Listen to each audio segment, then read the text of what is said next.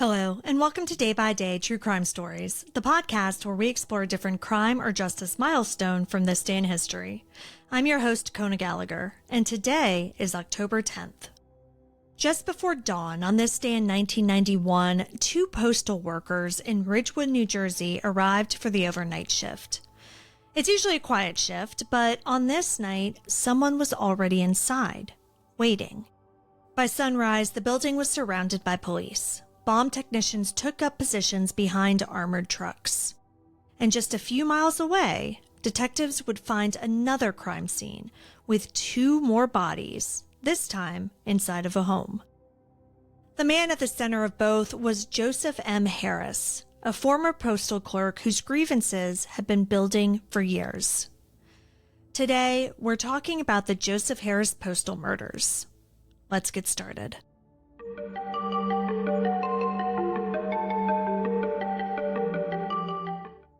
The first calls to Ridgewood police came in just before 3 a.m. on October 10th, 1991.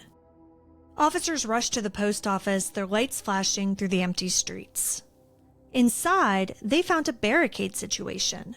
Joseph Harris was armed, and the building had already become both a crime scene and a standoff. Meanwhile, about 20 miles away in Wayne, New Jersey, another discovery was being made. Police were sent to check on a postal supervisor who hadn't shown up for work. Inside the house, they found Carol Ott, 30 years old, stabbed to death. Her fiancé, Cornelius Caston Jr., 37, was found slumped in a chair. He had been shot while watching television. Back in Ridgewood, officers identified two more victims inside the post office basement: Joseph Vanderpaw, 59, and Donald McNaught, 63. Both were longtime postal workers. They were men who had come in for another quiet night's work, sorting mail and moving packages while the world slept.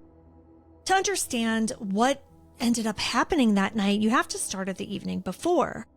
Joseph Harris knew that house in Wayne. He knew who lived there. Carol Ott wasn't just any supervisor. She'd once been his boss at the Ridgewood post office.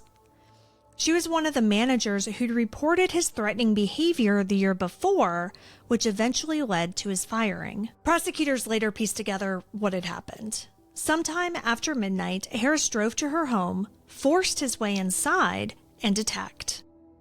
Carol Ott fought back. The struggle was violent and close. She was stabbed multiple times.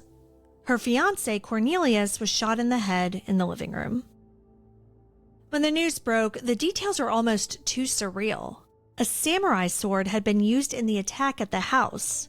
Explosive devices were later found at the post office, and Harris's rented room in Patterson had even been booby-trapped.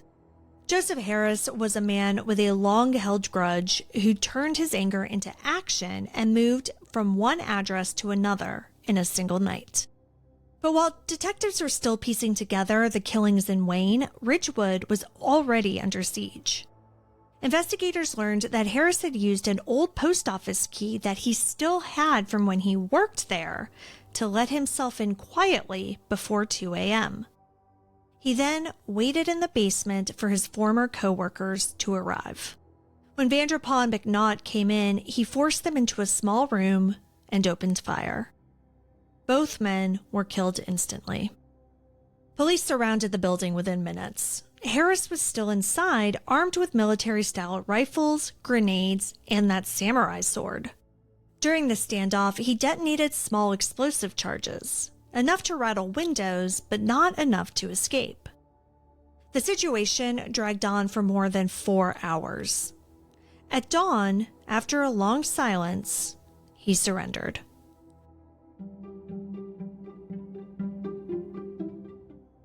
Harris was 35 years old and a former Navy serviceman turned postal worker who had been fired in 1990 after repeated confrontations and threats.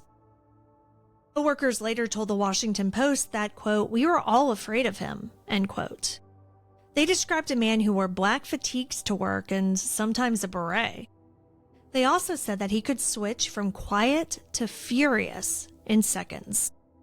The charges came fast: 4 counts of murder, attempted murder, kidnapping, weapons violations, and multiple explosive offenses.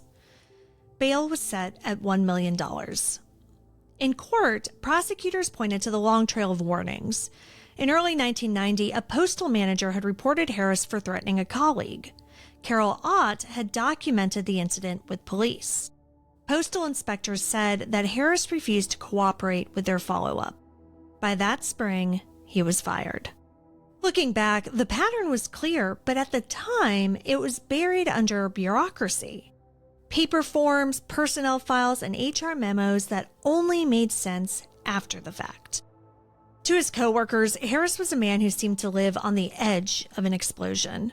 He was angry, erratic, and obsessed with perceived injustice. And in the end, those small warning signs added up to a tragedy. It's easy in stories like this to focus on the killer, but this day belongs to the people who didn't come home.